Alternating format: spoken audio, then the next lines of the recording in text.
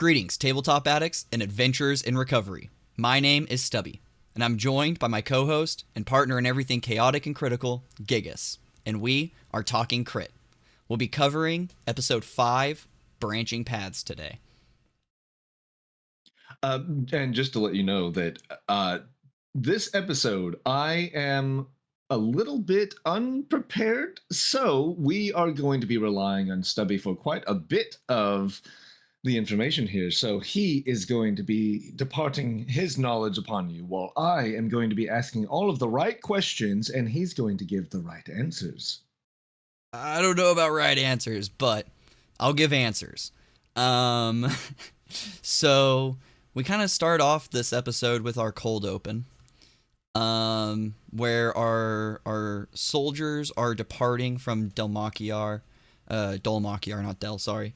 And it is that cold, rainy night, kind of giving the ominous feel of these heroes departing on their adventure to one, get vengeance for Thiazi's execution, but two, to also hopefully save Telsidamir, Pridesire, our lion folk brethren of Taor, Pridesire. They've been long estranged for many years because Taor left the Torn Banner and came to Dol-Makjar to kind of start anew. And he's been in the city for about, I think they said 13 years. And with that, Taor and his brother have been very distant and for a long time, and it was actually a very big surprise to Taor whenever Cid was brought in on the plan to get Thiazi out of trouble, because Cid is known to be very unreliable and kind of flaky. But we find out that he's actually probably been one of the stronger parts of this plan, that he actually found out the truth about what was going on and then confronted Casimir Gavendale, who is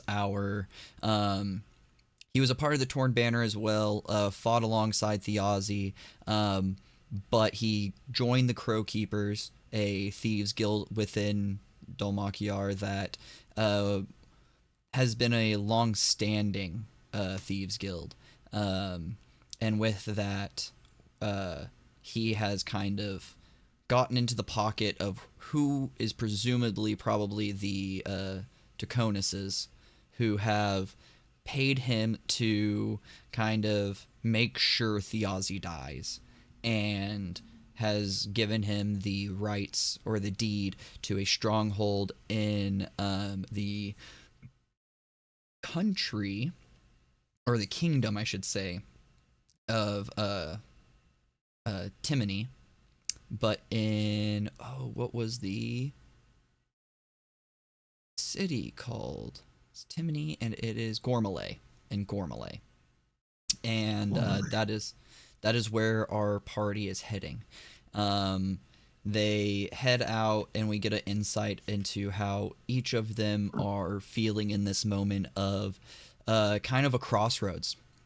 It's their last moment of being able to look back on their city of Dol-Makjar, where some of them spent their entire lives. Some of them, this was their home base for most of their adulthood, I would say. And for a few of them, it was a city that was where their friend died. For Cadogan, Taor, it is just a place where their friend died, because Cadogan did not spend much time here. He came here knowing that Thiazi was being executed. Same with Taor. Taor did not spend much time in Dol-Makjar. Whereas Wick, he, for all we know, has spent his entire life in Dol-Makjar and has never left it.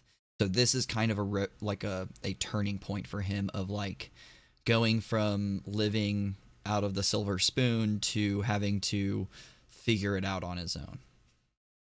Um, whereas Tayor kind of feels a bit of a he's reflecting on his Outcast. brother. He feels like an outcast, yeah, but he's more reflecting on his brother. That he's semi jealous of where his brother stands, that he got to make that stand against the people that betrayed Thiazi, and he worries for him, worries that hopefully, or that possibly Casimir has gotten to Sid already.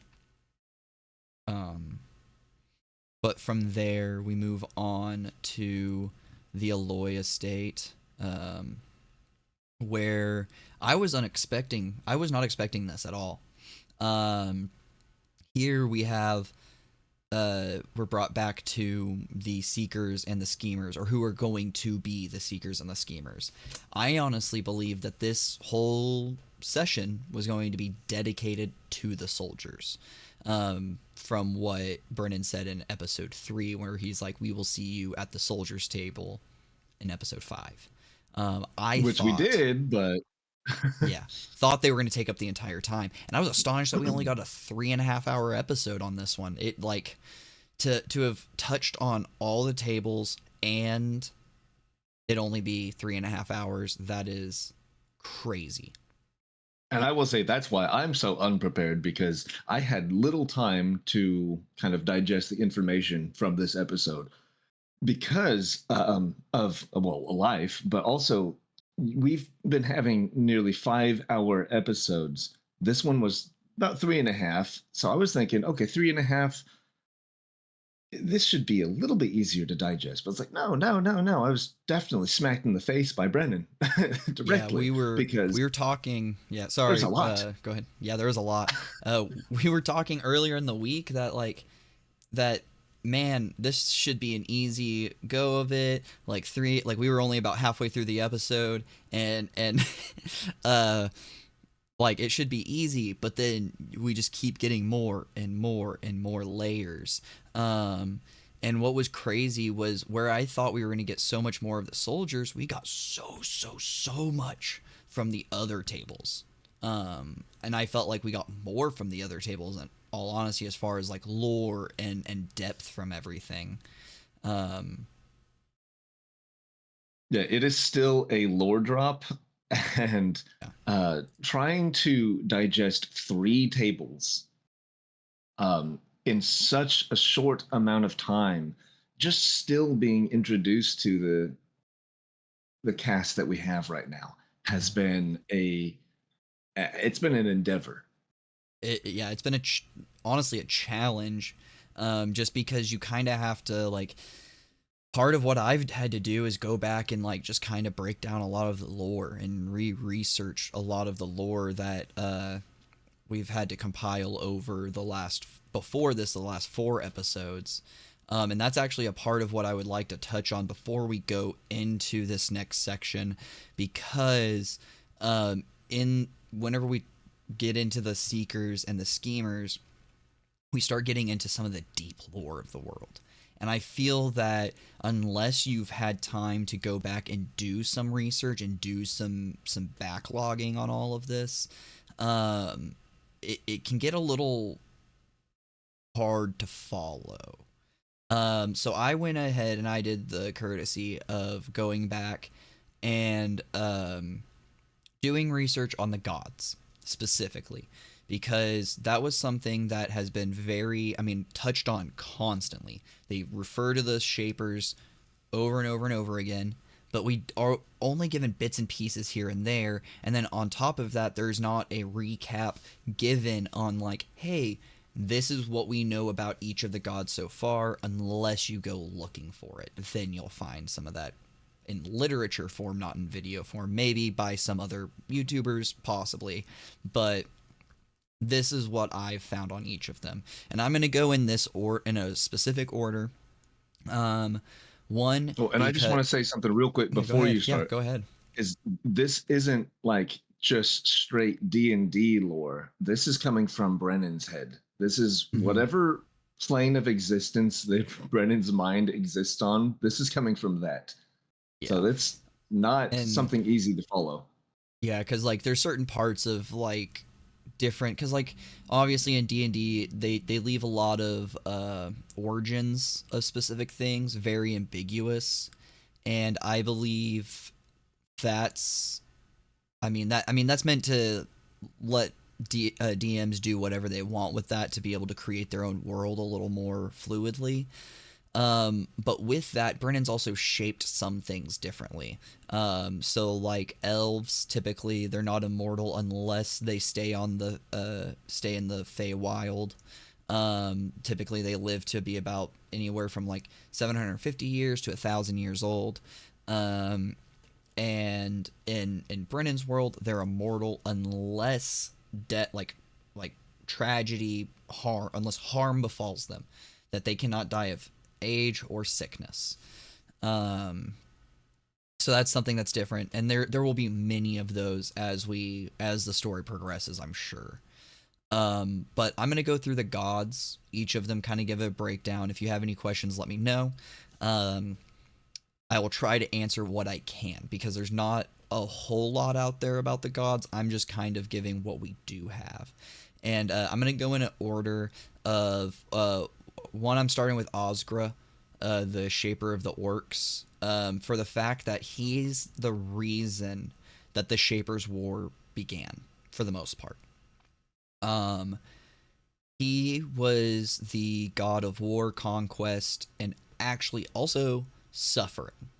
So this was kind of a key component to why the Shapers' War was kind of started, is that he only promised his creations, the orcs, an afterlife of destruction and suffering. Um, this is where we have a lot of ties from the Tolkien world, because Brennan has kind of taken Mordor and the orcish kind and Sauron and kind of made a hypothetical. What if the orcs decided they didn't want this suffering anymore and they rebelled? And this is what happened: is the orcs rebelled to kill their shaper, and in the process of doing that, the other shapers decided to back up their their kin, their shaper peer.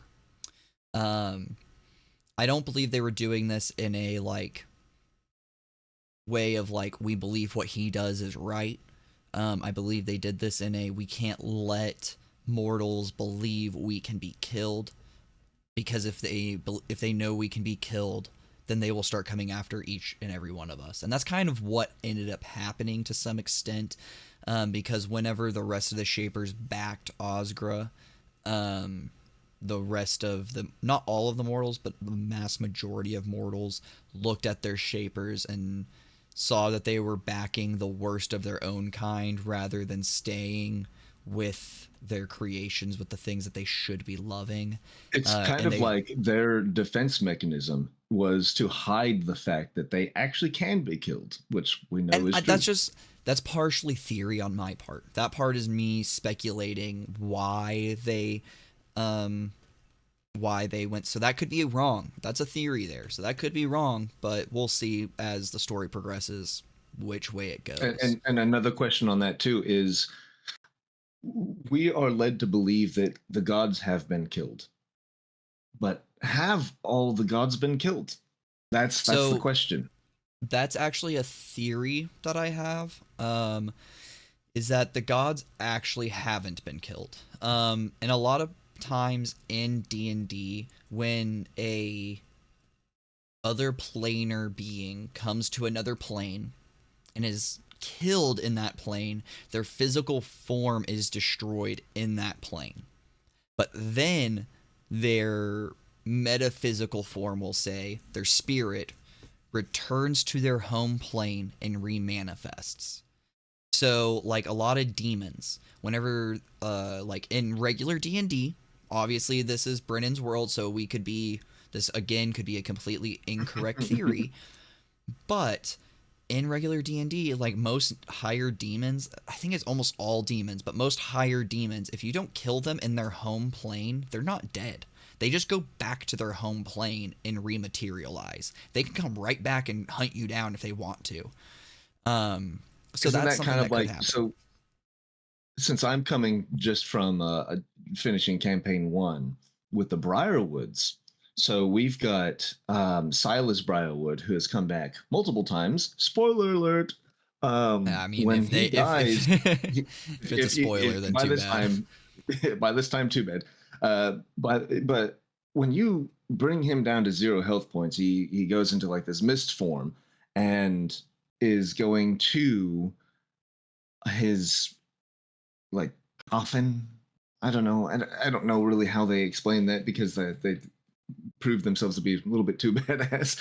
But he Yeah, does I'm not this, exactly sure and what if he that is, and to be honest. he goes to like an origin, kind of like a place of origin, which could be the coffin, and then rematerializes there. And if you don't destroy that at its origin, then he comes back. But if you do, I'm Yeah, rambling, I but mean, I think that's kind of the same thing.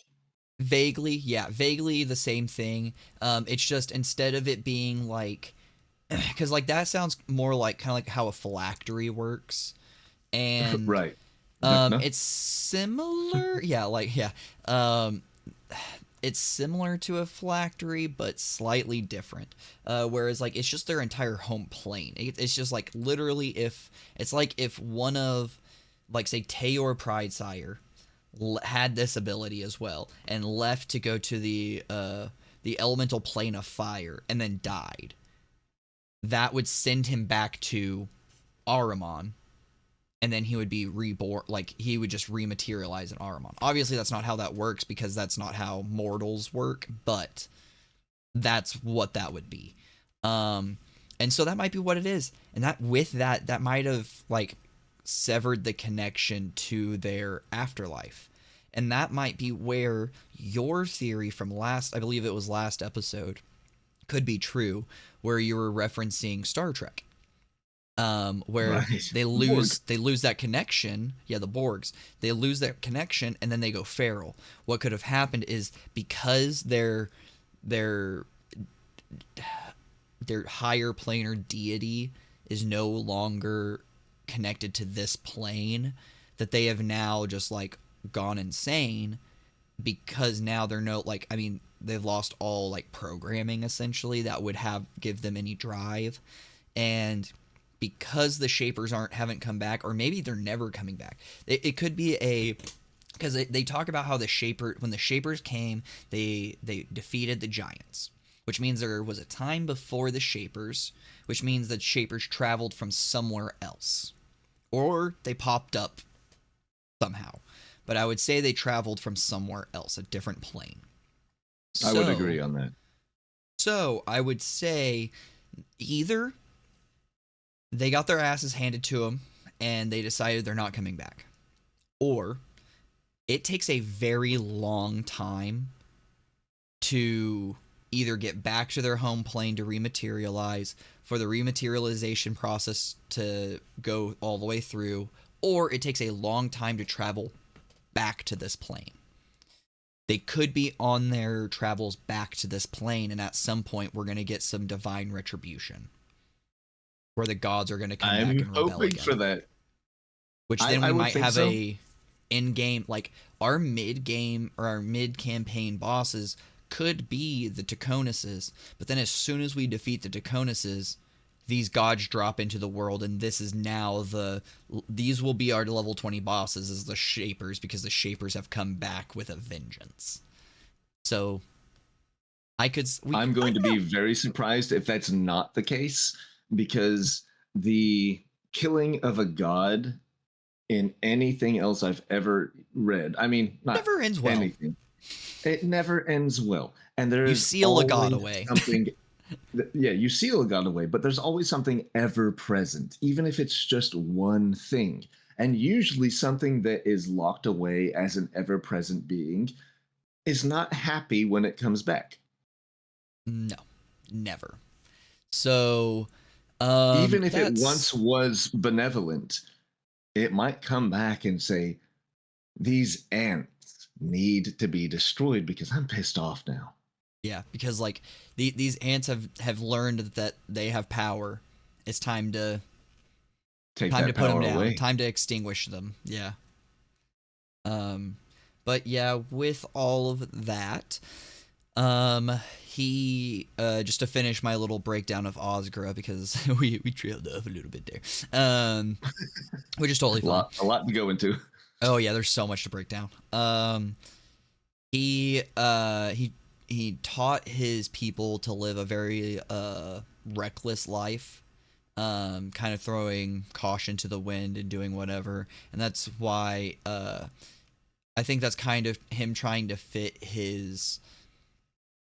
That's Brennan trying to fit his world somewhat to the origins of the races that he's using. So, like, orcs are typically very tribalistic and war based culture, and he's trying to keep that to a degree, and giving a reasoning for that is that their god forced that upon them, and now they are trying to change that culture into something that is theirs. And I like that. That is very cool because, like, I think we had a commenter. I forget what his name is, but it was on like episode 1 or 2 because I made a comment that I did not like Taisha, which I mean I still, she has grown on me more now. I will say that. But the commenter said that she adds the drama. Yes. The commenter kind of gave the insight that she is pulling from African American culture for orcs, I believe. And the idea is that the orcs had a culture forced upon them, as did the African American people whenever they were forced into America. They had a culture forced upon them that was not theirs.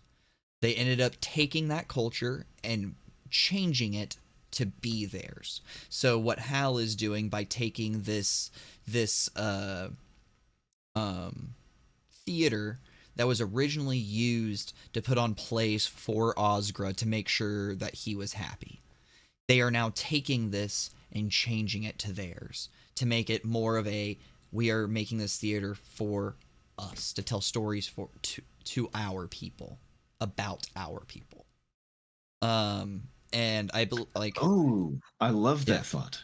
So I think that is kind of taking what he or she, I forget the commenter, but taking what they said in mind. It's kind of made me think of what that is, like what that could be.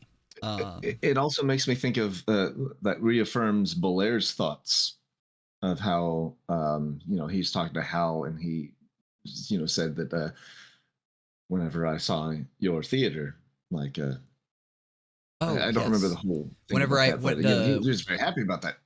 yeah, whenever I saw your play for the first time, I truly knew what what a play meant to me changed forever, or something like that, or what theater meant to me changed forever, because we did find out in episode 4 that Bolair is not a man but a mask, and that mask was created alongside multiple other sentient masks to perform a play to kill a god. And that is exactly what they did. Potent enough to kill a god. To kill a god. Yes, thank you. But moving on from Osgra, because I mean, other than the only thing I wanted to say about the last thing is that his people, the orcs, created the pariah blades to vanquish their shaper, which I mean is kind of spoken on pretty heavily. I believe Osgra, other than his name, we've heard his name a few times throughout the campaign now, but we've heard more about him than his name. He's normally referred to as the god of war or the shaper of the orcs, rather than giving him his actual name. I feel like that's a big middle finger. I think that's what that's meant to be, is that the orcs, it's kind of like Voldemort, he who shall not be named. I'd rather not name him because we're not going to give him glory in that. And I mean, that could be what that is meant to be, kind of a, we don't say his name. We call him every other name but that. Um, but we move on to Salandri. I move on to her because she is one of the others, like, because we have two orcs in our campaign, they are closely connected to that god. Our next most closely connected, I would say, is Salandri because of Valus. Um, Salandri is probably, I think, one of the only gods that I think was really seen as good, I think. Other than maybe Tanzel, but Tanzel wasn't really in like the Dol-Makjar area. It was close. Like he was a part of the Oberdemian Empire, which is in Kahad. Completely. I mean, I guess Kahad is. I mean, I forget. It's so complicated. I think Kahad is technically it is Dol-Makjar and a few other places, but the Oberdemian Empire is long gone. So that was more what he was over. But to be more get back on Salandri, she is the shaper of the elves. She loved her creation so much she didn't want them to ever be sick or have to see old age. So really, elves basically stay like, I mean, I believe they like, if they have children, they start out as children. I want to say they hit around like basically 20 years old, and then they stay 20 years old indefinitely, essentially. Yeah, like the peak of maturity and health, and then that's where they stop. The threshold is. Yep. And something that I thought was cool that we learn about Salandri is that she had celestials that she used as guardians for if her elves befell death because of injury, then she had celestials that would harbor them from one place to another, or from our plane to, or I think it's called the temporal reaches. She didn't want them to have to wander there, so she made it to where they would be taken from there to her personal realm, the Garden of Spirits. Or, sorry, the Garden of the Spirit. Mm-hmm. And I believe how the timeline goes is Osgra and his people started warring. Shortly after that, the other shapers backed him. Now, I think during this time of the war before the gods fell, celestials were starting to be taken out as well. And I think this is where Salandri's celestials of death have been killed. So then there was nothing to guide the elven spirits to the plane of the afterlife. And this is when Salandri creates the Stone of Night Song. It was created, I believe, so the sisters of Salandri could then act as those guides to take the elven spirits to the afterlife. I could be wrong in that. The only reason I think I'm right in this is that Brennan says that Salandri created this after the death of the Celestials, so that there would still be something to guide them to the afterlife. Now, so that was a question of mine, since I don't know too much about the Stone of Night Song. Was that a preemptive thing that she had planned to do, or was this a last ditch effort, like, oh, shit's going down, so I need to create this thing? I think both. So I think like maybe she always knew that this was probably an outcome, and then events happened, and so, okay, I'm doing this. Like, I've never probably need to do it, but now I'm doing it. Yes. Well, I think what it was is, like, in this war, like, her celestials probably came to back her and help her in the battle. And so what I think it was, was that in this war, the Celestials came to back her up as well, and in that they started dying off. And when she started to see this, I think she probably created it to make it to where even if they die, they will have a way to get over. Um, this might also, and this is where I also will touch on my theory again, is this might be also proof that there is still some sort of connection to this afterlife. That she left a way for when the elves start to die off again, because at some point it's probably going to happen. They have a way to then join her. And I want to say that might be what it is. Is And I that think I read somewhere that this is also kind of a bridge, like a way you could look at the Stone of Night song. It's a bridge. right? Right. And that's kind of and that might have been said by Brennan at some point as well, but yeah, that's how I would see it too, is that it's a bridge, but you have to be able, like, I believe it's like someone literally has to be able to man the bridge to let someone over. So I think what the sad thing might be is that, like, the end story is that someone is going to have to be left behind. It's like the river Styx. Yeah, like somebody is going to be the guardian, and that guardian is not going to get to pass over.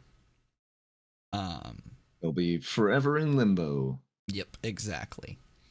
But then we've all something else that I learned is which I mean is spoken of, but I want, like, something I learned past this. We learned that the last arrow was created. We know that. But something I learned about that is whenever they used the last arrow to kill Salandri, her body fell, and it fossilized the land around her, creating shattered and splintered trees. Basically, she was the goddess of life. She created the woods, the like, I mean, she didn't create the And woods, but abundance. she made abundance, yes, and made things live and all of that. But also, when she died, everything withered, everything around her, everything in the wake of her death was A just, true tragedy. yeah, literally, like, it's like her body hitting the realm was an Uno reverse of what she stood for. Like, And it's so sad. it's sad, like depressing. Which, I mean, that's not the only sad thing we get this episode. Not at all. We'll talk about that later. But then we have Rowan.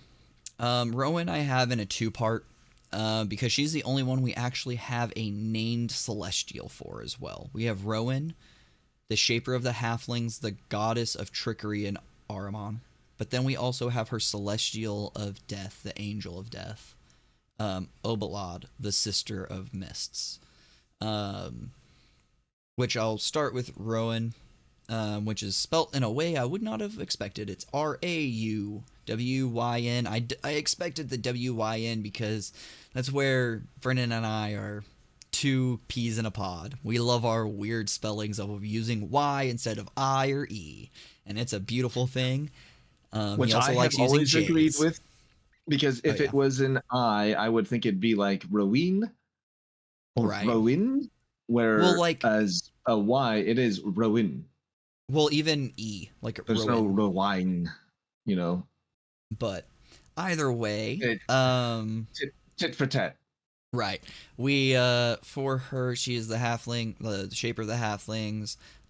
Presumably she has an afterlife. We aren't really told much about it. We know she has a celestial of death, so we would assume she has an afterlife.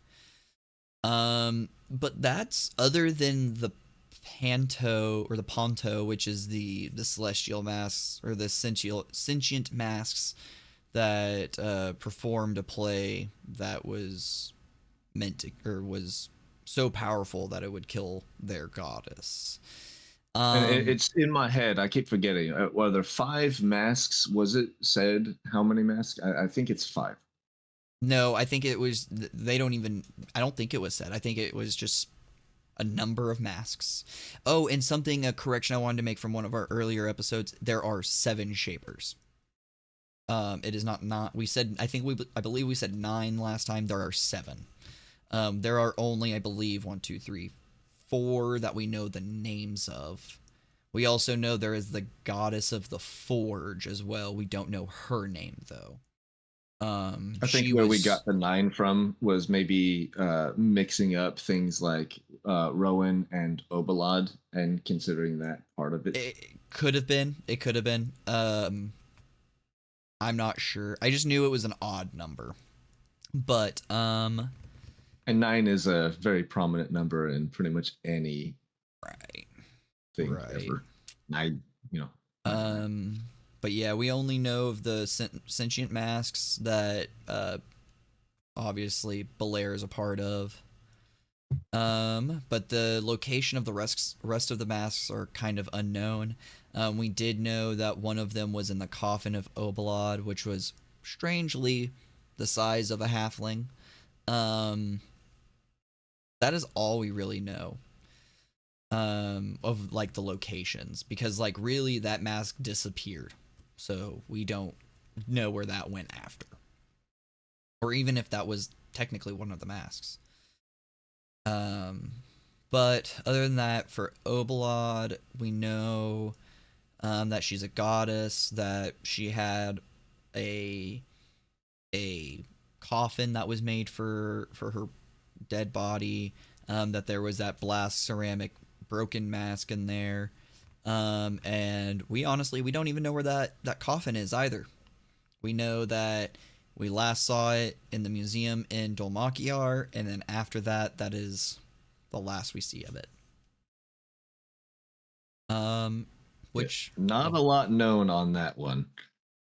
not so. Like, I mean, really, there's not a whole lot known on any of the gods other than Osgra and Salandri, and that's only because we have characters directly connected to those people.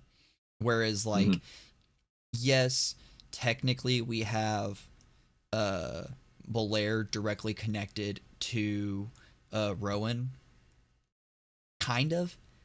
I mean, we know he awoke 2 days before the death of Rowan. He saw Rowan's fall, and then after that he went to sleep, woke up for the the shape, or not the shape, the War of the Torn Banner, and then ran away from that. That's all we know about that, and that's it. Because he's been very secretive, which I mean for good reasoning. If anyone knew, he would be tested on, put locked up. Who knows what happens, you know? Yeah, So for and good reason. he constantly speaks of half truths, and he's trying to Yes. get away from that as he learns to trust the people around him more and Yes. more. But he Which is still going to be a speaks in beautiful half character truths. growth. Yes.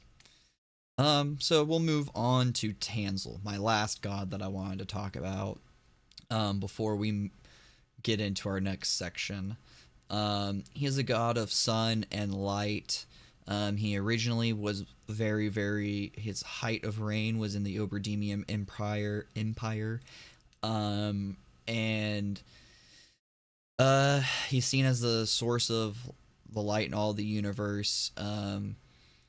House Halavar has always been this house like of the Condescent Creed. Essentially, they followed Tanzel before the Shapers' War, and whenever the gods fell, they kind of just kept up this false god, or not kept up, but they created this false god in his place.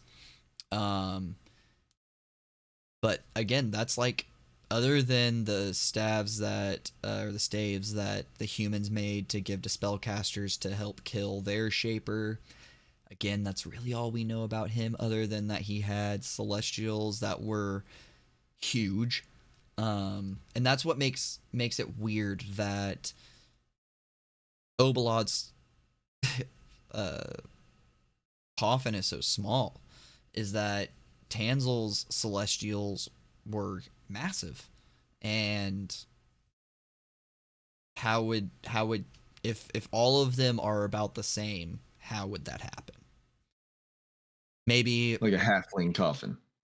maybe this is where we're getting kind of a Christian biblical reference of like how in the Bible it says God made his creations in his image. Maybe all these gods are making their creations in their image. So then like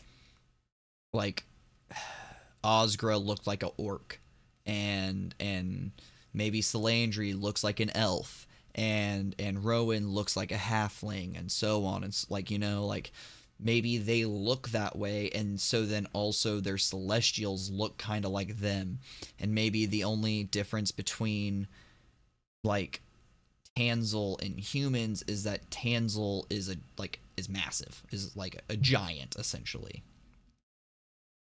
Who knows? And maybe the Yeah, giants that that were would here make a lot of before, sense.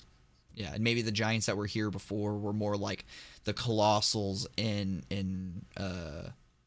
Greek mythology rather than giants in D&D lore. Hmm. I don't Yeah, know. yeah, yeah, yeah. But that's really all we have for the gods up to this point. We'll probably end up doing a fully dedicated video for lore at some point when we have more. You have any more questions here? Are you good to move on to this next section? I have a ton of questions, but I think that will be better suited for our deep dive that we're going to do on the deeper lore of religion and humanity and culture about this realm Later. as we see Yeah. it. Sweet. Cool. All right, and that brings us to the Seekers and the Schemers table where they regroup at the Aloy estate. Um, where we get a moment of reflection at Octus and this Stone of Night song, where he first attempts to commune with it, but then kind of backs off because I believe it was kind of a bad roll of an Arcana check, where Brennan kind of tells him you start to peer into it and make this connection, but then something in you tells you no, don't do that.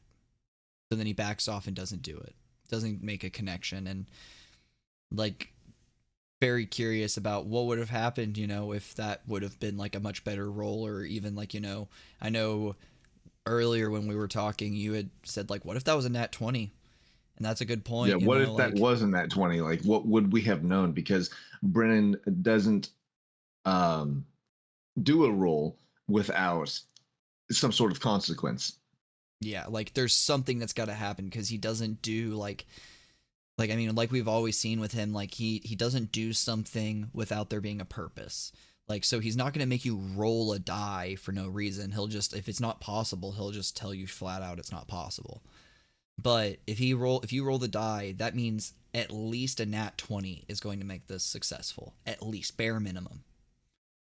So if he rolled and he got a nat 20, maybe we would have gotten like a connection with the stone where we peer further into it and he gets more of a clear connection to what's going on over in the Timbrel reaches, where he where we'll go ahead and touch on that Lady Aranessa kind of pries into him to ask him like, what did you see before you came back? Like on the other side, what'd you see? And he admits that he saw the Timbrel reaches over like where like on the border of the Oberdemia Empire. And then he talks about a uh, um, a lone orcish soldier, which I mean we can only assume is probably the son of Taisha and Hal, which um, this is supported by the fact that the banner that that he is the orcish soldier is under is the banner of, let me find it here.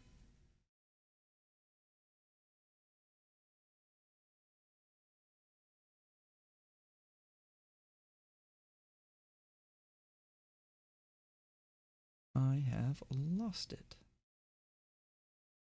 Well, that's fine. It's under a specific banner that uh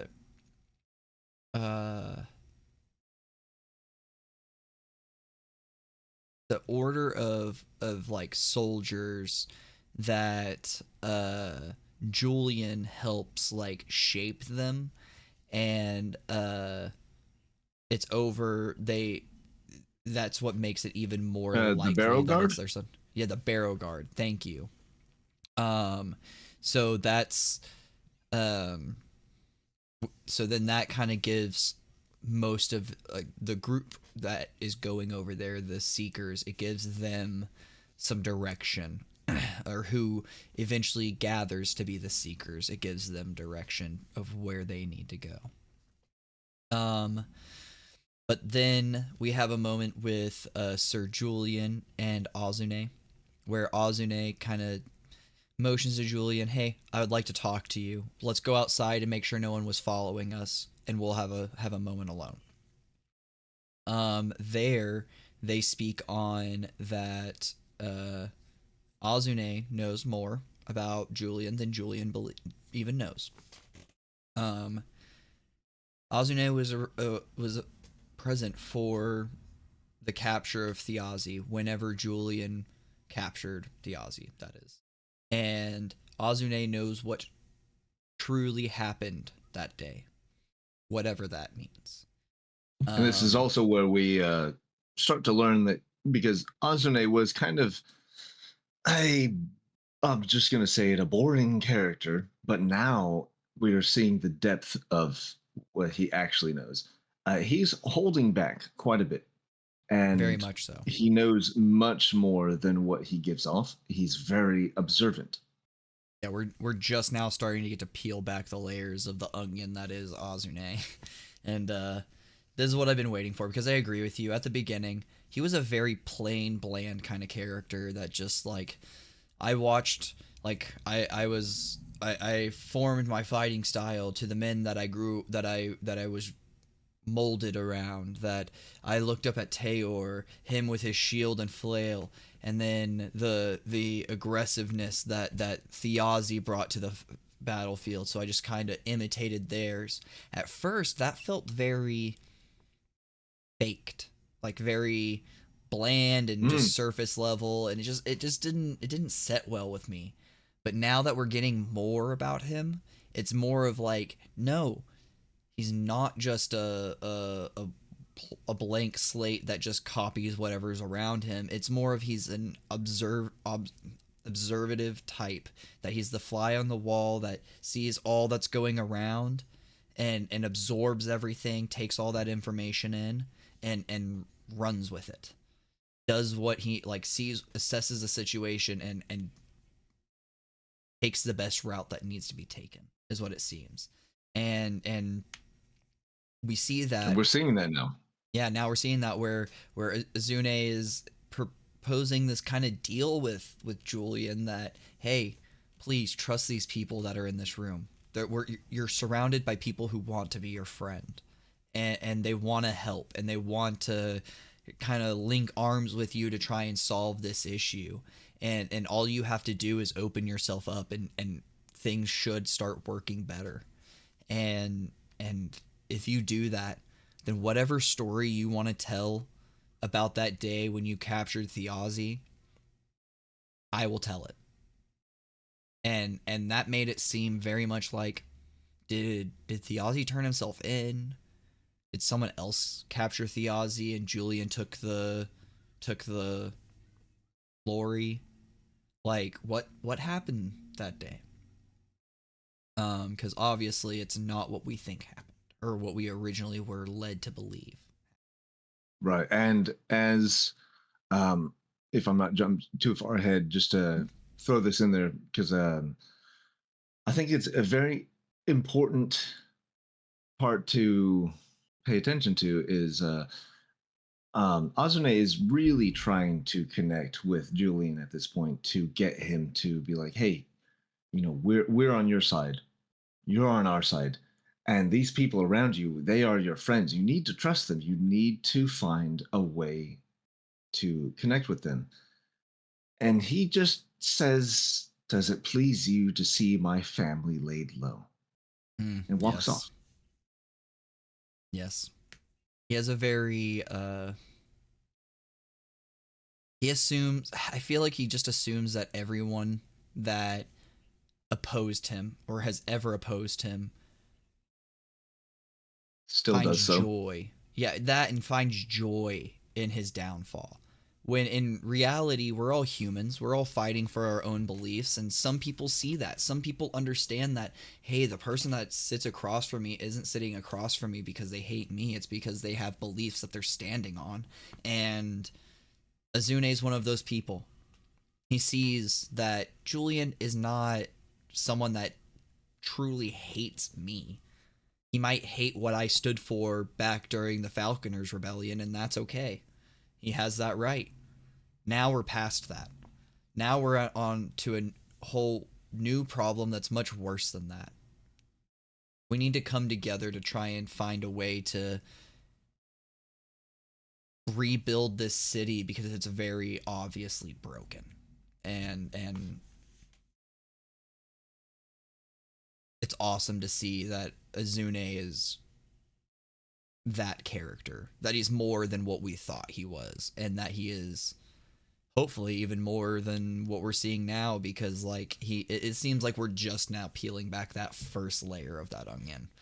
So that, yeah, right now it seems like he's becoming this connecting link. Like yep,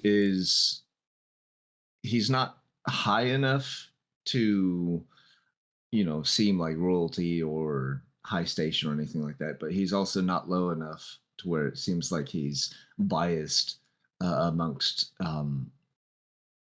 well, I don't know the word for it, but the lower people. He's very neutral, which is very helpful in events like this. very. And Like he is a man of the world. Very, yes. As well, but as Azune and Julian come back inside, Azune notices that maybe we're being followed. I feel like I'm being watched right now, is essentially the feeling that he's left with. That was on a kind of mild roll. It wasn't low roll. It wasn't a great roll. But it was a mild roll. So we don't know if that was like a, you didn't roll high enough. Like the roll you needed was a 20 or above, and you rolled a 16. So you're not gonna, you think you were followed, but you really weren't. Or was it that at a 15 you get some information, at a 20 you get a lot of information, you rolled a 16, so you feel like you were being followed, and you should kind of be wary about that. Which is a very Brennan thing, because he does have it in parts. Like if you roll a 15 to a 20, you understand this. If you roll a 20 or above, you understand this, such and such.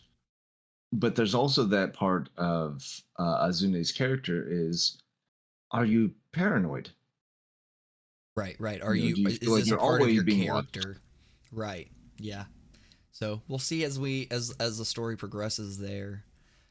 But from there, when they actually make it inside, we're brought to the moment where Valis feels that it's her time to take possession of the Stone of Night Song. That though I'm going to stick around for how this plays out, I want to see where this boy goes and what happens. I want to be there for him. I do feel better if this stone is in my possession, so she goes to take it, and Belair stops her, and they have a little kind of discussion, and they kind of come to the agreement that Valis, it's Belair and Taisha, right?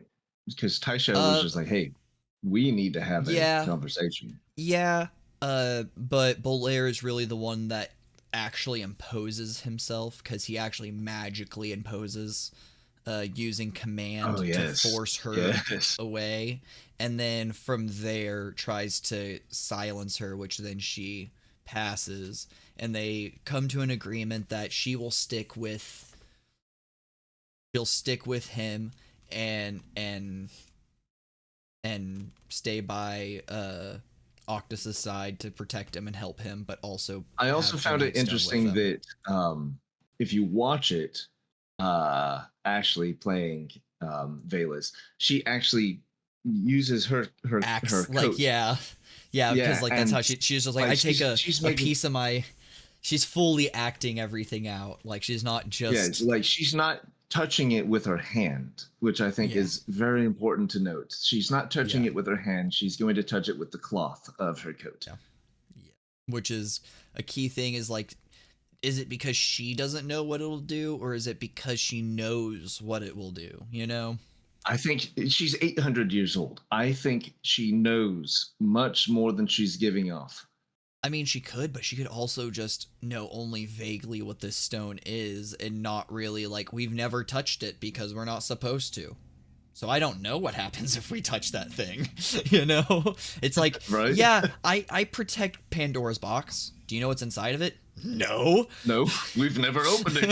Yeah, that is a very good assumption right there. So, like, that could be what it is. But this is where we start to see our groups kind of aligning, where we see that the Seekers are going to be going off with Aranessa, with that is Octus, Taisha, Valus, and Julian, heading east towards the ancient Oberdemian Empire, or what used to be the Oberdemian Empire.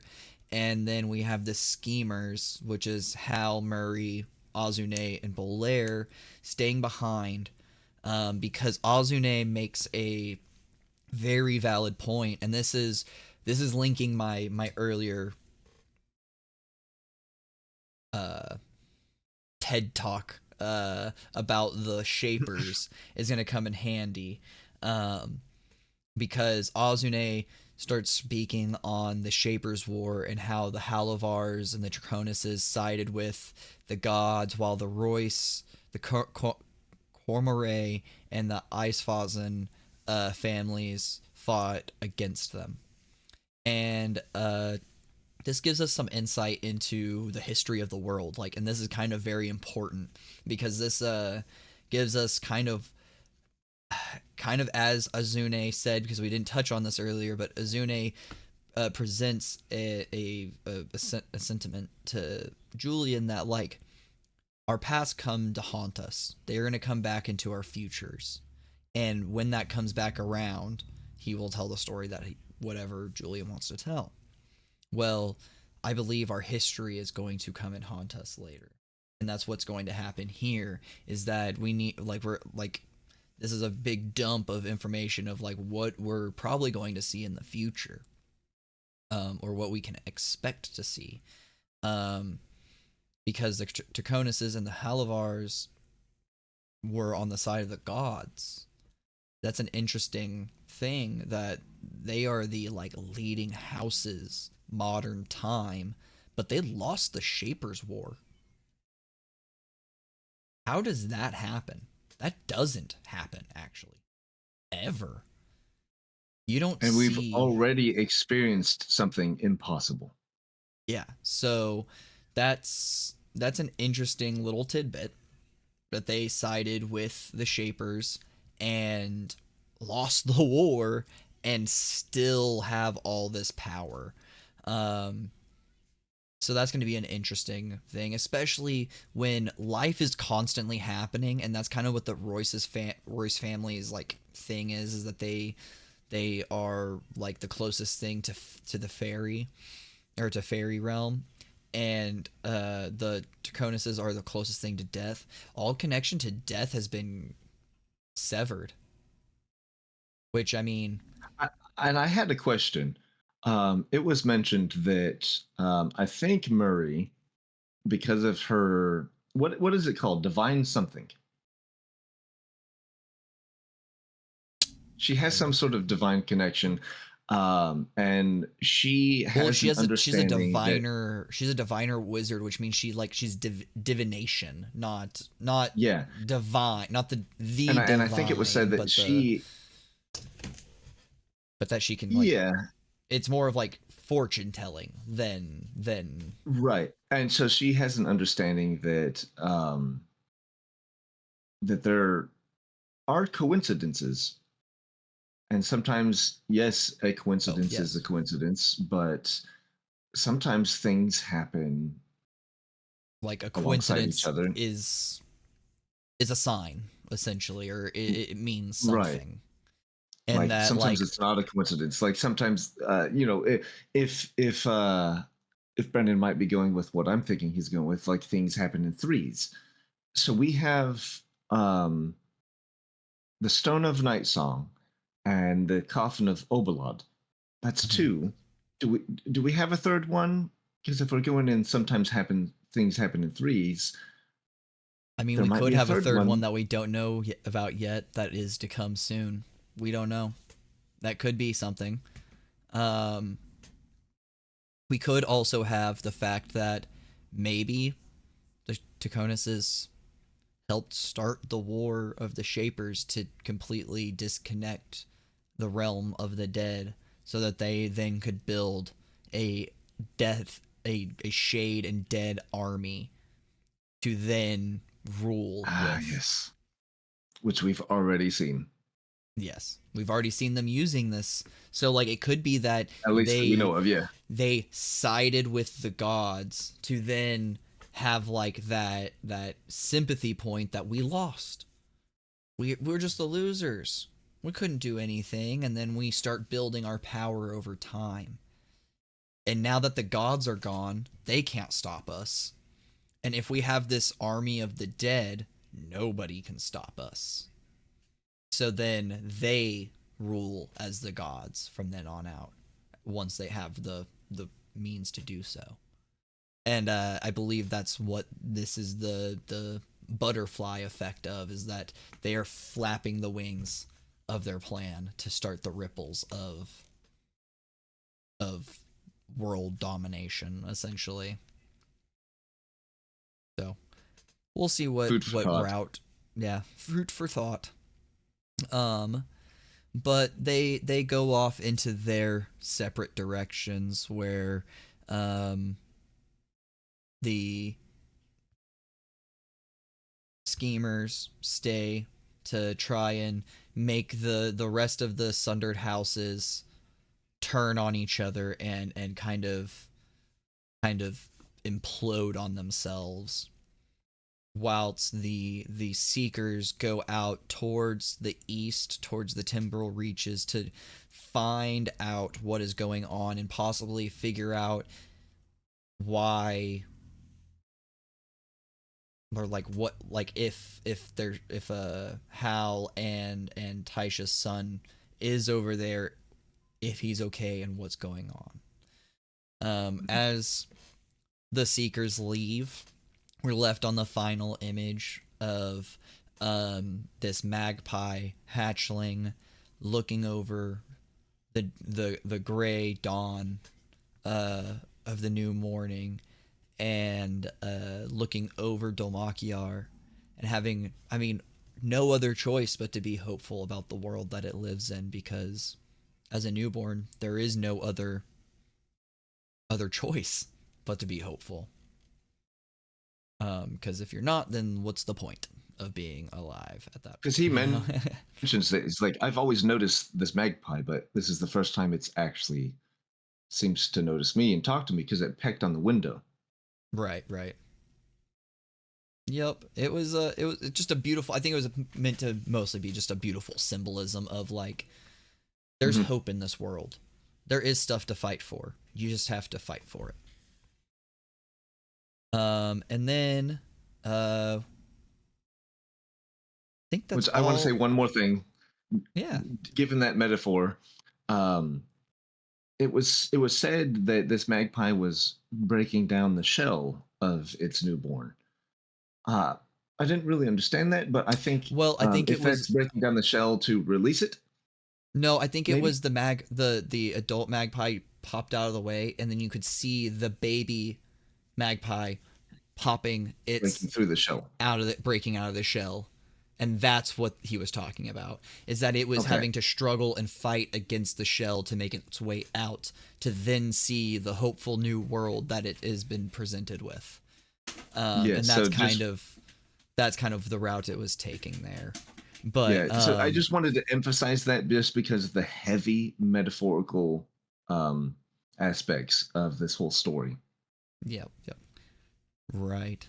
But we'll move on to the next section here where we're We are led to where they are traveling north, um, and having to find a way, like, to Timony, or well, into Timony, but specifically Gormalay. Um, and they're presented with a couple of routes from the Delmar Pass, because the Delmar Pass heads off east, which, I mean, I'm assuming our seekers are going to end up taking the Delmar Pass off east at some point. I would assume they may end up branching off from there, though. But they're given 3 different routes, 2 that are formal routes, being the Pilgrim's Road, which is like a kind of a religious path for, I think it was druids. That, or it's like clerics of, like, I think it's like the goddess of the forge, because that is one of the shapers that we've been told about, but not anything more than the goddess of the forge, and that is it. That's kind of like those that are doing a pilgrimage.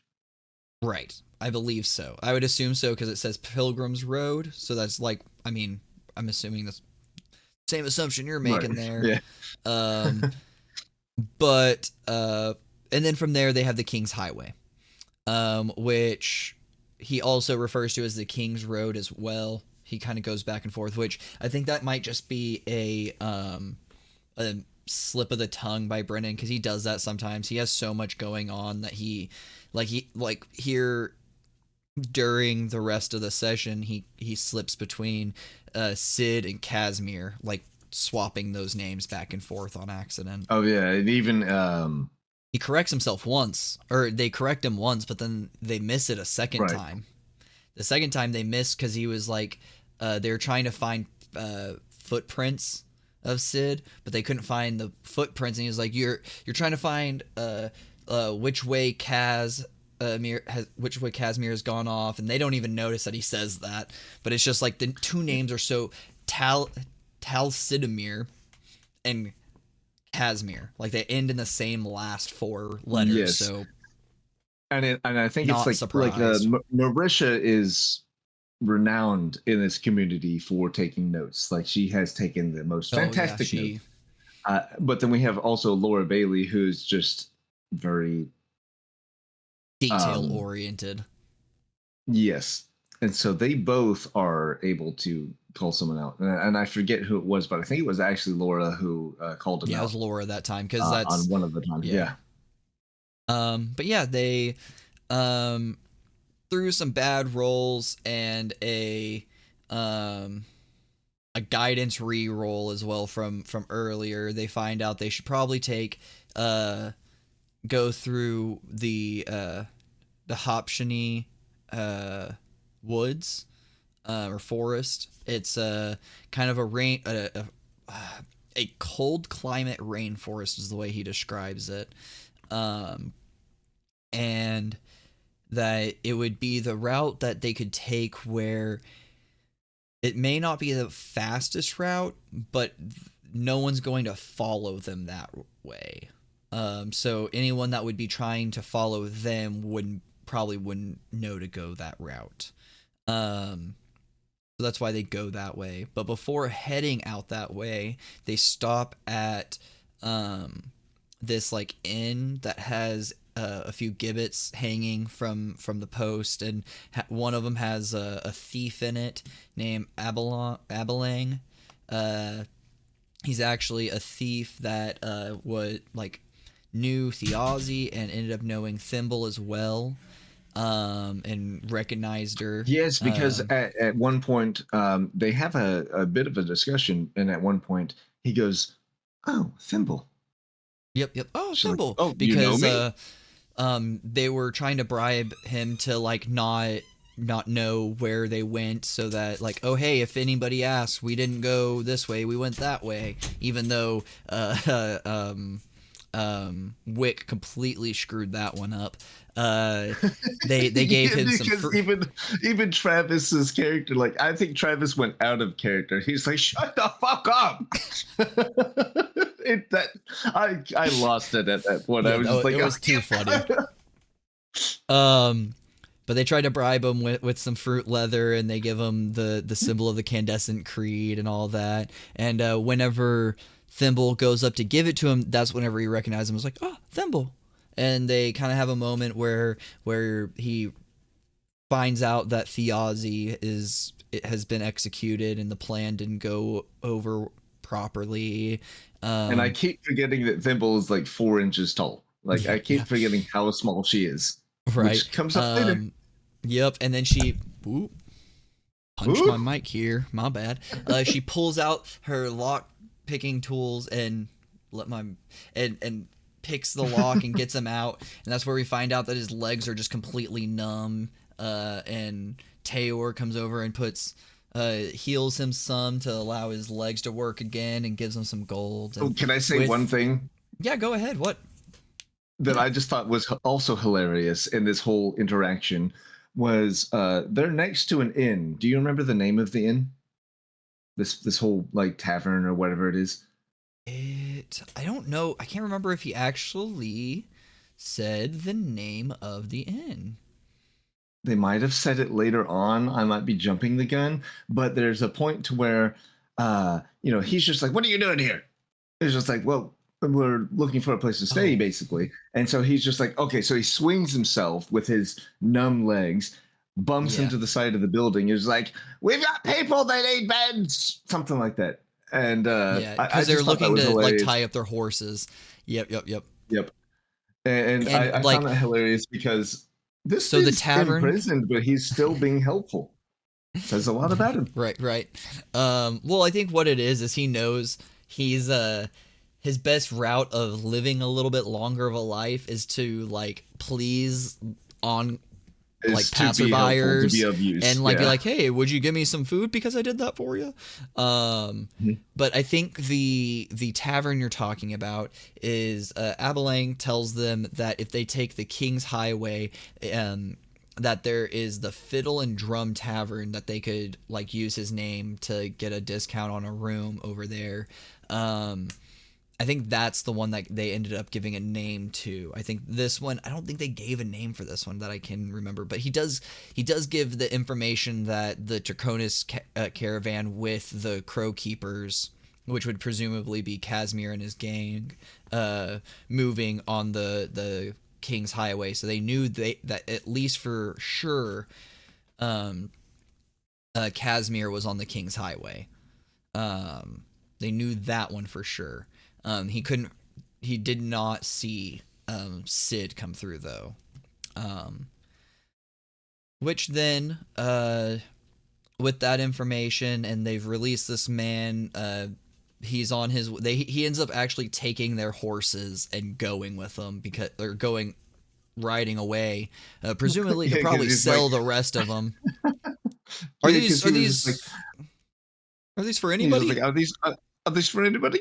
It's like, well, yeah, sure. I guess why not? So then he hops on and then he's off. He's off. He's just gone. He's like, I honestly and truly believe that was a yes and moment. Like that entire thing was a yes and moment. I think that tavern, that man in the gibbet, none of that existed until they said, "Hey, is there a tavern on our way out?" And he's like, "Ah, shit, I didn't let them do that before we left Dol-Makjar." Yeah, there's definitely a tavern out here. Like, why not? I think that's fully what that was.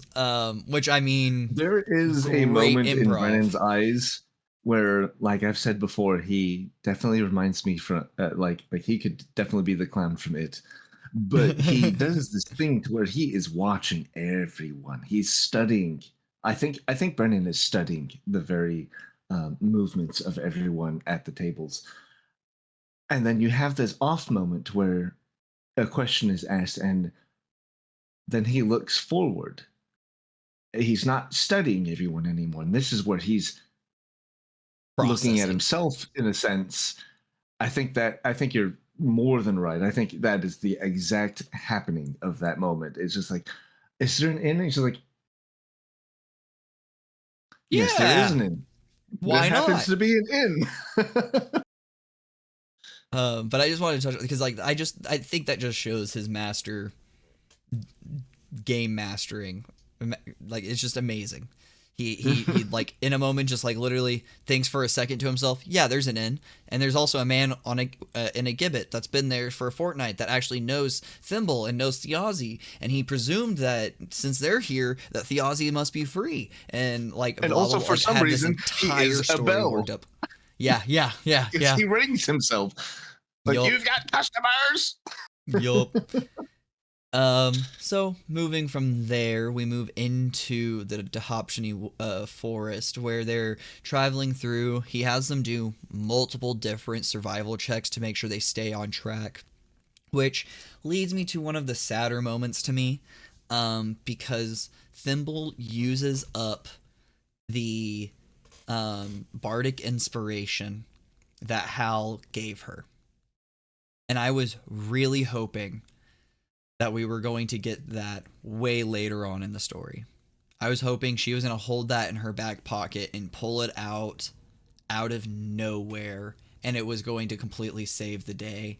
In all reality, she could have saved that back still, and Wick could have blessed her and she could have gotten that same exact outcome. So I'm a little disappointed that that's how that played out. But we get a moment where she does a survival check. She gets a 19, I think it was. And no, she had an 18. No, she had a 20. Sorry. She had a 23. She needed a 25. And she ends up using the bardic inspiration to get her up to a 26. That's what it was. To allow her to notice this Nixie named Brook Meadow that was in this. I think it was a stream. That's how I understood what he said. But like it was hard to tell because he talked about a bunch of different sources of water, that there was these puddles within these flowers that curved upwards to catch water, and that there was different sources of water in what he described. So I got a little lost there. So I think I remember it as there were these flowers that curled up, yeah, yeah, catching water, and like that. I'm assuming they curled up and they caught the water, and that's where we found the our little Nixie friend. Brook Meadow.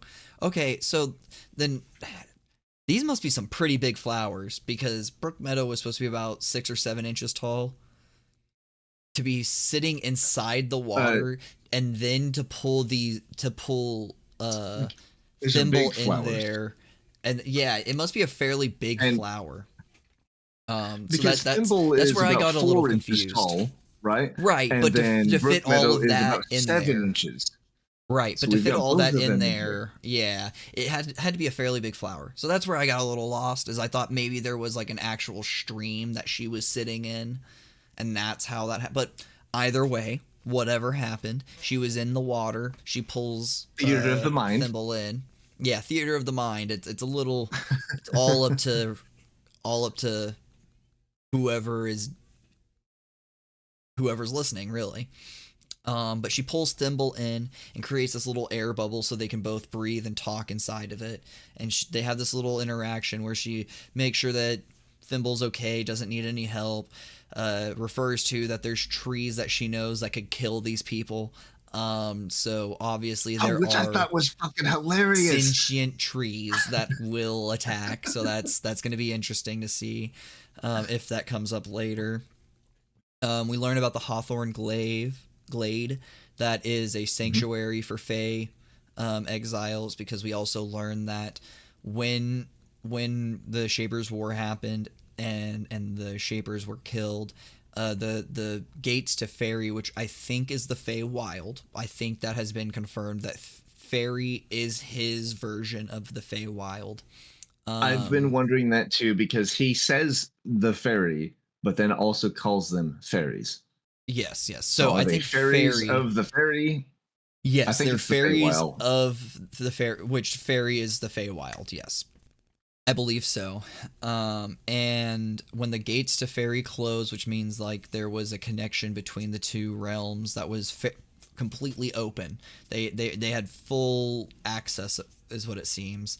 When those gates closed, any fey beings that were on the other side, on the in Ahriman, are permanently stuck in Ahriman. And they ended up making these magical sanctuaries for these fey beings to hide, because they are weak to the agents of death, the And they dead also beings. they used to rely on the big people, as they call them, to kind of protect themselves from the undead. And now that Um, they kind of, well, that's how it sounded like. But Well, now no, that what they've it is like foregone that, they each have their own ways of either you go and stay in these sanctuaries, but you exile yourself away from big people, or you go with big people who the big people have their own way of keeping the right? dead That's what I'm away. saying. Yeah, you have to Yeah. pick your poison. Yeah, I gotcha. Sorry. But they've kind of forgone that, forgone that Yeah. now with this specific spot they're talking about, because it was said that, well, big people don't come here.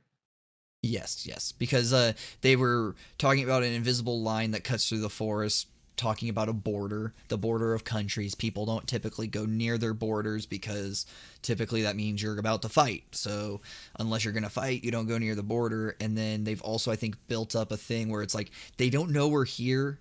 Like they know something's there, but they can't see us. So it seems like there's Yeah, some yeah. type of like illusory magic that like probably as you walk up onto it, you do a saving throw. If you fail it, then you're just like, oh, I don't know. And you just end up turning around and going back the way you came. It's that type of magic where it's just like it Like you would have confuses to be you and like a makes you, high level druid or something yeah, to walk in to there and be like, surpass. hmm. Yeah, I know what's going on. Yes. Which then we come upon Ulbid's beacon, or Ulbid in any sense, because this was the other person that uh, Abelang told the group about, was this kind of hermit man that has a cottage on this cliff, and that he, if you tell him that you're friends with him, that he'll be friendly. He'll let you stay for the night. This is where it gets really sad. Is we learn a lot about Olbid, that he has this sign that's in Gnomish, but no one reads Gnomish, so we don't know what it says. He has these fireworks that are waterlogged on either side. He has all these Hmm. different sculptures that are out in the yard. They get in, like whenever they actually get there, there's this goat alarm system that it's meant specifically for demons. So we learn something. Not all demons are good. Not all demons have aligned themselves. I mean, even we know that not all demons are good in In Dol-Makjar, general. because they're Yeah. doing evil things there too, but they're not all civilized, is what it seems as well. Is that like there are still the like feral demons in the But the sense. alarm is still raised because of tyranny. Yep, is raised because of tyranny. And whenever he comes out, he's still friendly. It's just the alarm went off, so it alerted him, and since it was a friendly demon, he wasn't really too worried about it. But Which he means greets that them. he's used to this. Yeah, yep. He greets them and kind of welcomes them inside. They kind of huddle in and get down to be able to get inside of his gnomish hut, because he is small, so the doorways are kind of tiny. They start to notice that there are all these like different things stacked up around the house, different chests, crates, toys, and stuff like that.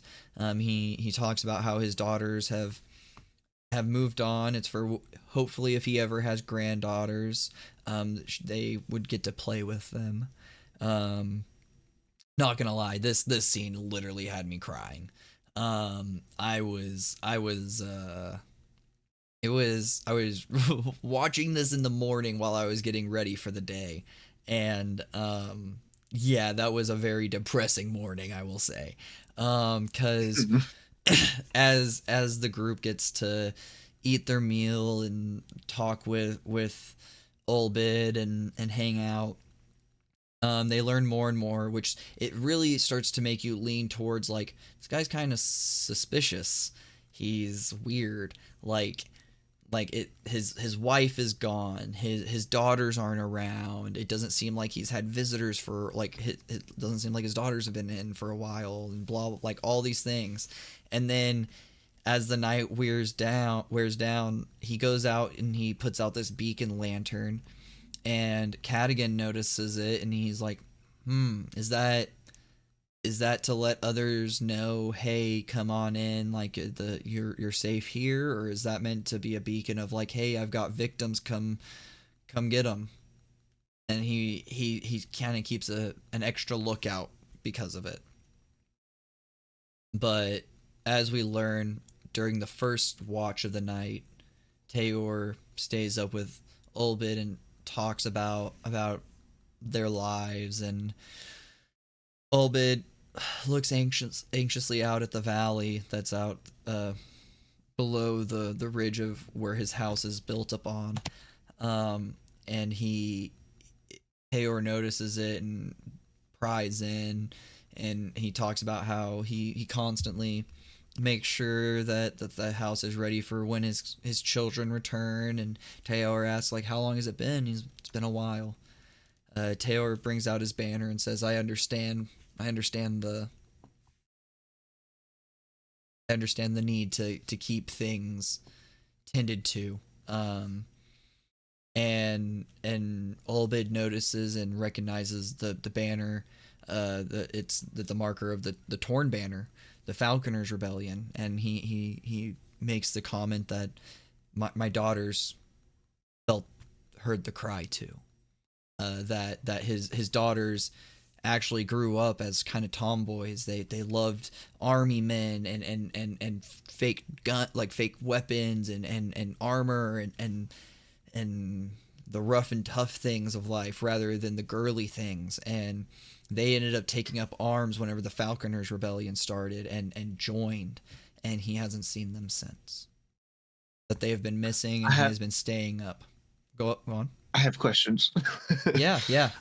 So this basically the end of this is where I was not able to put a lot of thought into. So one of my thoughts was when he lights that beacon, is he kind of a telltale beaconman?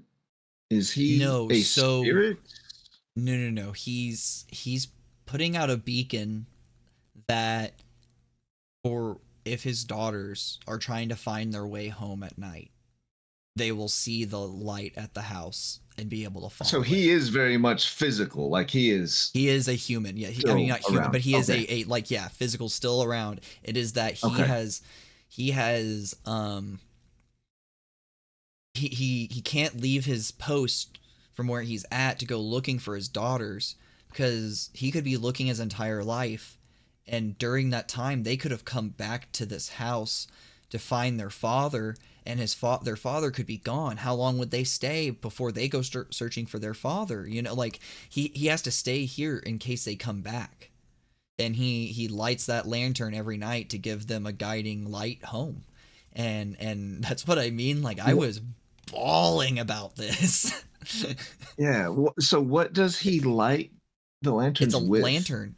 I mean, just it's like a normal fire lantern. It's like a kerosene. Like it's not like a special blue light or anything like that. No. I mean, it's just a normal lantern to be like, hey, it's like turning on the light, your front porch light. So I think I'm overthinking this so much. Yeah, you're way overthinking it, bro. I'm like, all right, so how does it smell? No, it's legitimately just a like what parents do when they're waiting for their kids to come home. Is he's every night for the last 13 years kept the porch light on, waiting for his daughters to come home. So it is just sad. It is Goodness. All just right. Well, absolutely depressingly sad. What it is Brennan is giving them characters to fight for. For like, there are good people in this world. Yeah, there's all this garbage, but there are good people in this world. There's good things in this world to fight for, and Ulbid is one of them. He's just a like it's good not like a man. the world is garbage. Why the fuck do we fight for it? It's like, no, we Exactly. fight for it because of Olbid. We fight Ulbid, for it because of Abelang, because of Aranessa, because of there are good people Taylor, in this. because of Cadigan. There are Yeah, good exactly, people, and these are people with us. exactly.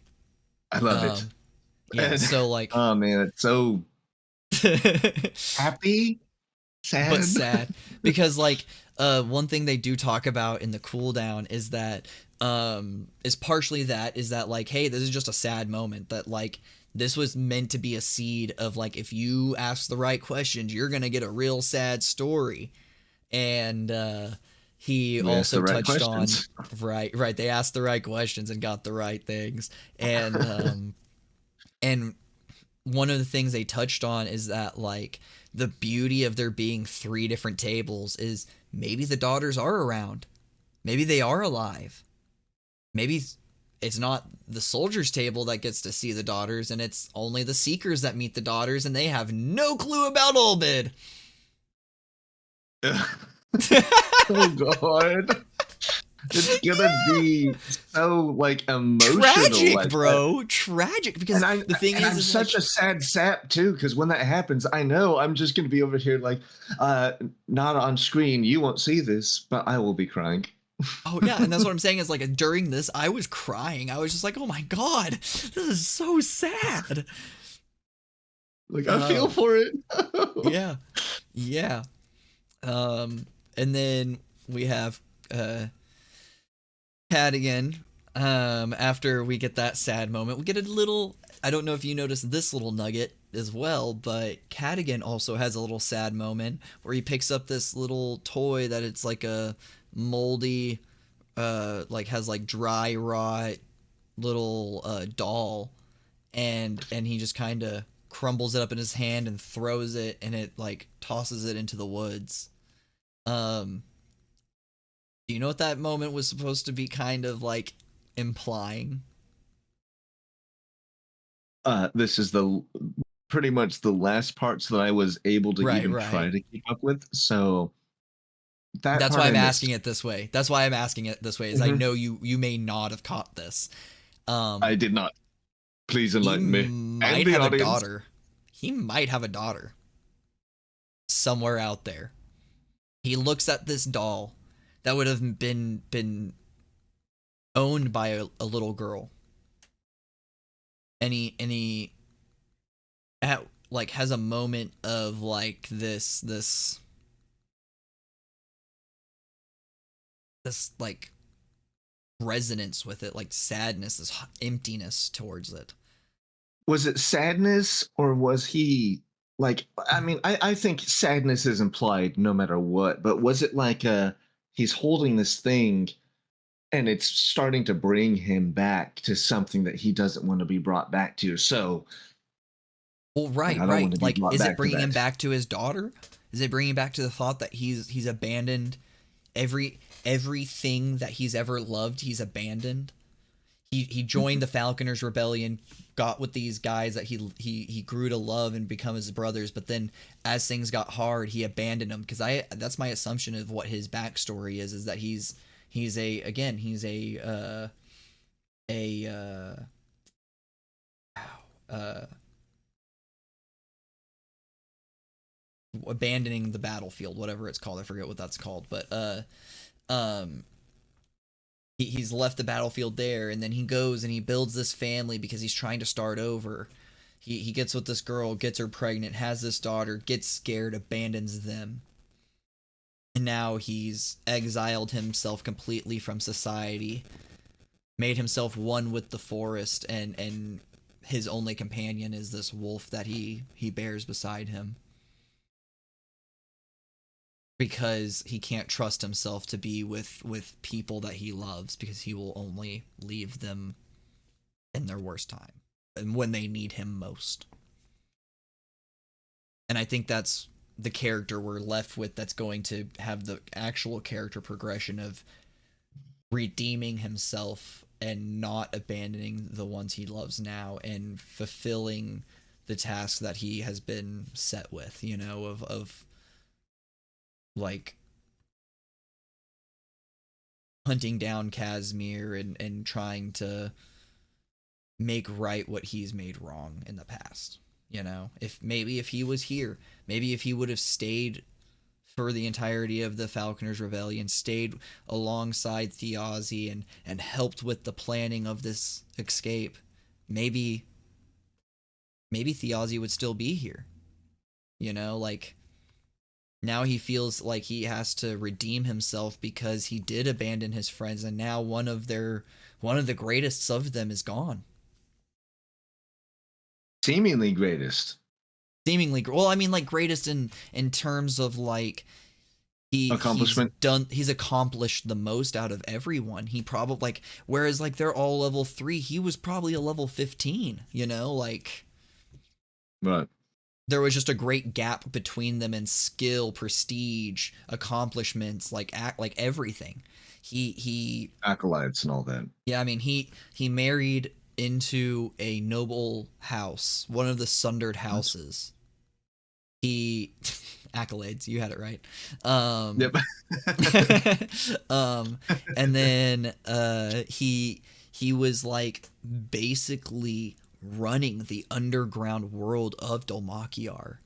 He was adventuring all across the world, finding all these artifacts like the Stone of Night song and everything else that was in that hideout. And there was a connection with like the deep underground, so we're kind of like looking at like a criminal thing, but then also a very higher issue. Like he had both sides of the all world. The way. Usually whenever you look at someone that is like of great stature, they're either of like high up in society as far as like they did things politically, business, or whatever, like the right way to do things, or they did things the criminal, like control, like a organized crime route where you become like a kingpin essentially. And he did basically both, but he did both of those so that he could protect his family, protect his brother, to keep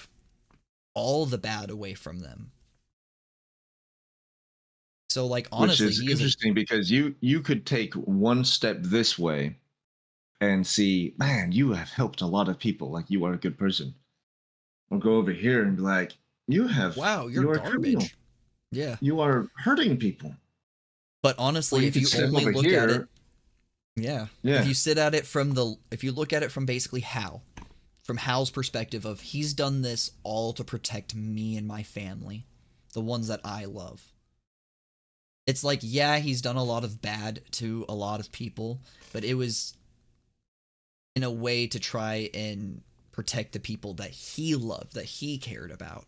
Every bad guy is a good guy in their perspective, and every good guy is a bad guy in the other person's perspective. Like if you look at it from the villain side of things, the hero is the bad guy because the hero is coming in to demolish this empire that they've created, this society that's running. Like from their perspective, it's like, why are we being persecuted for what we've done? Beliefs are a kind of what we've thing.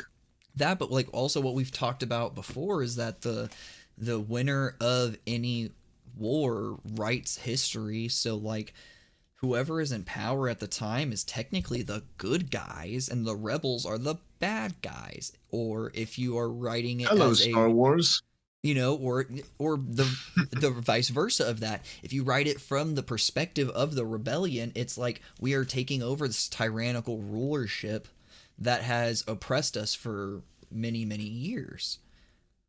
But like, who's right in that situation? Whoever wins. Most of the time, technically, like right. So it's just kind of like everything's a gray area. So is the Aussie good? Is the Aussie bad? I mean, that's all perspective. perspective, yes, I agree with that. And from Mhm. what we know so far, I would say that he's pretty neutral. I would say that he's a catalyst for what's to come Oh yeah, and 100%. That's all what he that what yeah. is to come. Yeah. You know, Yeah. we'll Right, find right. out. And that's like But where he's we're definitely the catalyst. yep. And that's kind of where we're left off is that the soldiers sleep and come to the morning time and he ends the Brennan ends the session there and it's see you next what's it is it Thursday yet? You know? Is it the oh, I want to say that so bad. Which I don't know if you did you see the shirt that Sam had? No, no, I didn't. I need to. Yep. Well, I'm Sam gonna have to rewatch everything now. no, you're good. You're good. Sam, right at the end, he does what he has always done to And Matt. just pulls it off and Pulls off his overshirt, and under it is the face of Matt. Well, it was the face of Brennan, and it was like bad photos only. And then like I no guess they've been way. yeah. I guess they've been planning it for a long time that he sent it out like Sam put it out there like hey if you have bad photo like any awful photos of Brennan send them to me and it's like in the Discord that they've just been bombing it in there and like literally at the end of the video or at the end of the episode it just fills the screen full of bad photos of Brennan. That oh man. Okay, I'm gonna need to rewatch all of that because I missed that part. Yeah, that's one that's so funny. But I mean, again, there was just so much going on in this episode that it was just so hard to like digest everything. It was like, wow, we had 3.5 hours of just non-stop information. And it like so I Yeah, I was understand thinking like, that okay, the missing last that episodes part were of it. nearly 5 hours long, and then this one was like 3.5, and she's like, okay, cool, this will be a little bit easier. And then once we're halfway through it, I'm like, oh no, I'm like way underprepared. And that's totally why I am underprepared and why I had to rely on Stubby. But I think I did And good. I hope I did good. And also, I totally missed that whole like t-shirt drop, but I want to see oh that yeah. because Sam Oh yeah. Riegel, like Critical Role campaigns. My favorite characters, as I've said before, are Grog and Sam Riegel. Yes, like I love those guys a lot. And then I don't know, I always throw Laura Bailey in there because just as a character, because all of like it's hard to choose one of her characters as a favorite because she just has so many good ones. Her range of intonation and her ability to go back and forth through the character that she has played is just I don't know, it's fantastic. I don't know how to really comment more on that. It's just really stinking awesome. But how she's able to vary things is amazing. Oh yeah. But well, I guess we'll move over to kind of announcements. Um, we have been working on our actual play podcast for a while now. We are up to 7 episodes, and I mean it's all under the same.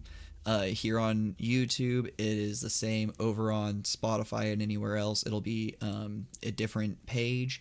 Ventures Anonymous over here, and then it'll be talking crit for Spotify for our this companion podcast.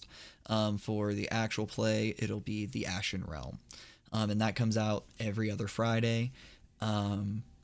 But hopefully, we'll be able to stay on track with our Monday posts from here on out with Talking Crit to try and match their Monday posting on YouTube.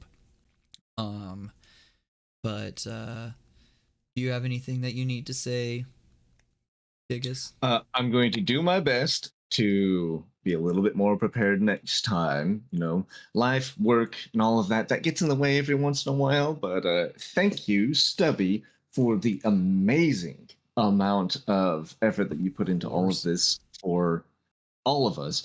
And it's it's vital. I can't even describe how amazing that is. But just until then, roll high, stay curious, and never forget to keep talking that crit. See you guys.